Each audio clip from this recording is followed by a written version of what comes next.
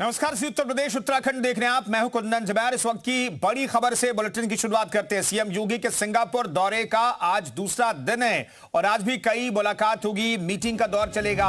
आज सिंगापुर के मंत्रियों से मुख्यमंत्री योगी आदित्यनाथ अपनी टीम के साथ मुलाकात करेंगे। श्रम मंत्री डॉक्टर टैन सी से मीटिंग होगी।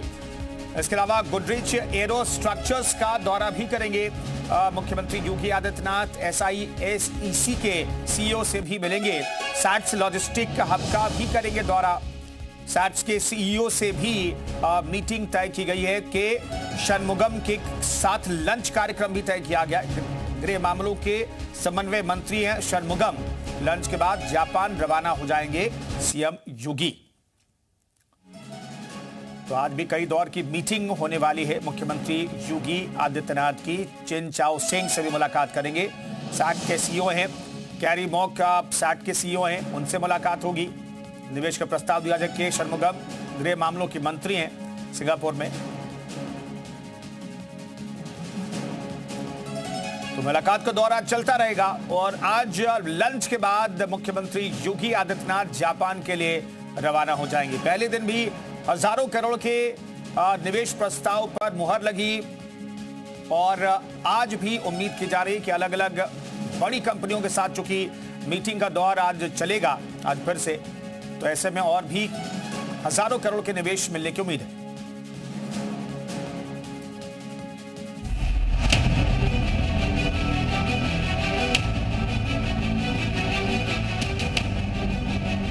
हमने पिछले 9 वर्ष के अंदर उत्तर प्रदेश की अर्थव्यवस्था को 3 गुना करने में सफलता प्राप्त की।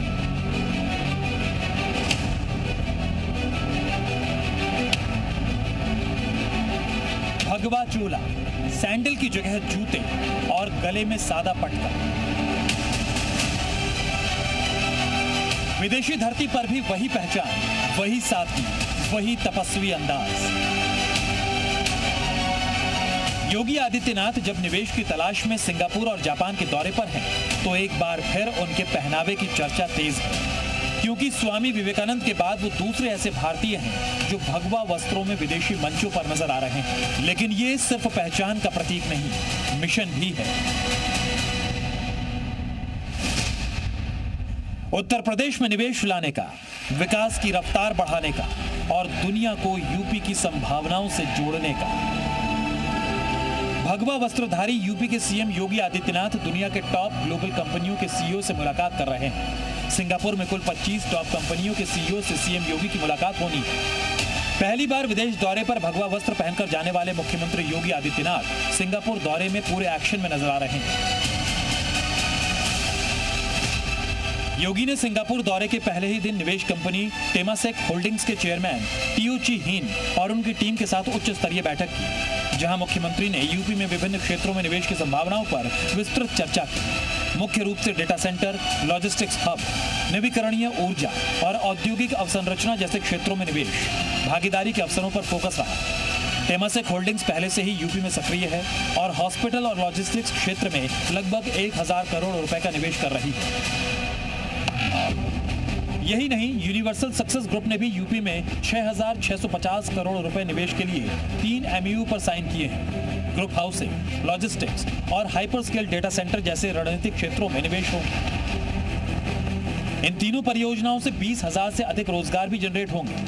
पहली परियोजना के तहत यमुना एक्सप्रेसवे औद्योगिक विकास प्राधिकरण यानी YIDA क्षेत्र में जेवर एयरपोर्ट के करीब 100 एकड़ भूमि पर अंतर्राष्ट्रीय थीम आधारित टाउनशिप विकसित की जाएगी। इस परियोजना में 3,500 करोड़ रुपए का निवेश प्रस्तावित है और इसके धरातल पर उतरने के साथ ही लगभग 12,000 लोगों को रोजगार मिलेगा। दूसरी परियोजना कानपुर लखनऊ हाईवे पर 50 एकड़ भूमि में लॉजिस्टिक्स पार्क के विकास की है। इस परियोजना में 6,500 करोड़ रुपए का निवेश प्रस्तावित है और लगभग 7,500 रोजगार सृजन होने का लक्ष्य रखा गया है।